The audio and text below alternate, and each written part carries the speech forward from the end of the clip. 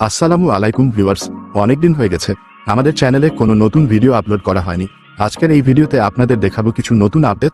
সবার আগে আমি আপনাদের একটা জায়গা দেখিয়ে নিই। আমাদের লফটের পাশের যে ফাঁকা সাইডটা আছে সেখানে দিয়ে বৃষ্টির সময় পানি ঢুকে পড়ে, এতে আমাদের অনেক ঝামেলায় পড়তে হয়। তাই এই পাশে আমরা পলিথিন কাগজ লাগাচ্ছি যেন পানি ঢোকার রাস্তাটা বন্ধ করা যায়। আরেকটা বড় আপডেট হচ্ছে ঘুঘু পাখি নিয়ে। আগে যেই জায়গায় পাখিগুলো রাখা ছিল এখন আমরা ওগুলোকে ওপরের দিকে নিয়ে যেতে চাই যাতে ওখানে অনেকদিন আরাম করে থাকতে পারে। আজকে সেই জন্যই উপযুক্ত খাঁচাটা বেছে নেওয়া হয়েছে।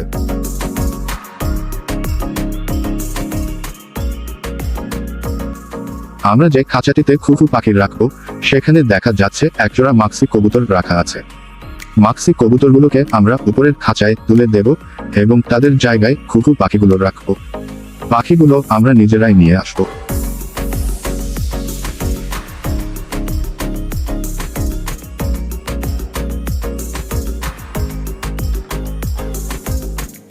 ঘুঘু পাখিগুলো আমরা খুবই সাবধানতার সঙ্গে উপরে নিয়ে এলাম যাতে তারা ভয় না পায়। আনার পর যেখানে তাদের রাখবো সেই খাঁচাটিতে কিছু সমস্যা দেখা দিল। খাঁচার পেছনের পাশে একটি ফাঁকা জায়গা রয়েছে যেটা দেখে আমরা সন্দেহ করছি ঘুঘু পাখিগুলো সেই ফাঁক দিয়ে বেরিয়ে যেতে পারে। এরপর দেখা গেল সামনের দিকেও দুটি বড় ফাঁকা জায়গা রয়েছে, সেগুলো দিয়েও পাখিগুলো বেরিয়ে যাওয়ার পুরোপুরি সম্ভাবনা আছে। তাই আমরা সব ফাঁকা জায়গাগুলো ভালোভাবে বন্ধ করে দিলাম।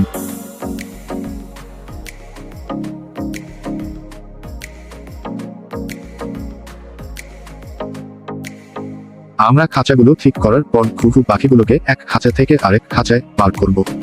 খাঁচা ঠিক করতে আমাদের অনেক সময় ও পরিশ্রম লেগেছে, তবে এখন যেটা সবচেয়ে বড় সমস্যা তা হলো ঘুঘু পাখিগুলোকে হাতে ধরলে তারা আহত হতে পারে।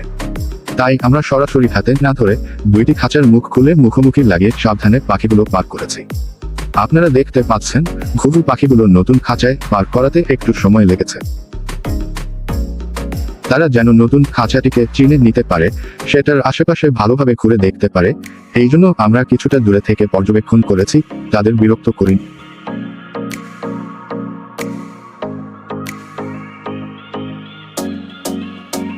এর কিছুক্ষণ পরে আমরা ঘুঘু পাখিগুলোকে খাবার দানা দিয়েছি এবং তারও কিছুক্ষণ পরে পানি দিয়েছি।